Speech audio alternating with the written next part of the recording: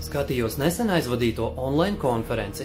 Tur stāstīja par pedofīliju un seksuālu vardarbību pret bērniem garīdznieku aprindās. Tālāk citēju tekstu no video.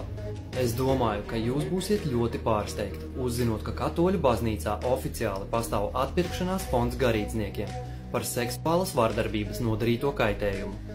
Katoļu eparhijas ASV ir izmaksājušas vairāk nekā $3 miljardus garīdznieku ļaunprātīgas izmantošanas upuriem.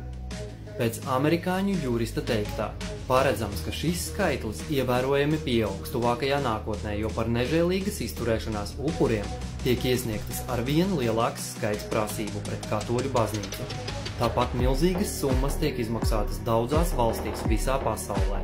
ASV $3 miljardi, Beļģija $3,9 miljoni, Austrālija $213 miljoni, Francija $22,6 miljoni. Aizdomājieties, cilvēki, kas sevi dēvē par tādiem, kur uzdevums ir palīdzēt citiem cilvēkiem nonākt pie Dieva, visā pasaulē izvaro bērnus un visbiežāk nesodīti. Skaties vairāk konferencē Globālā krīze, kas priekš mums ir Jēzus Kristus.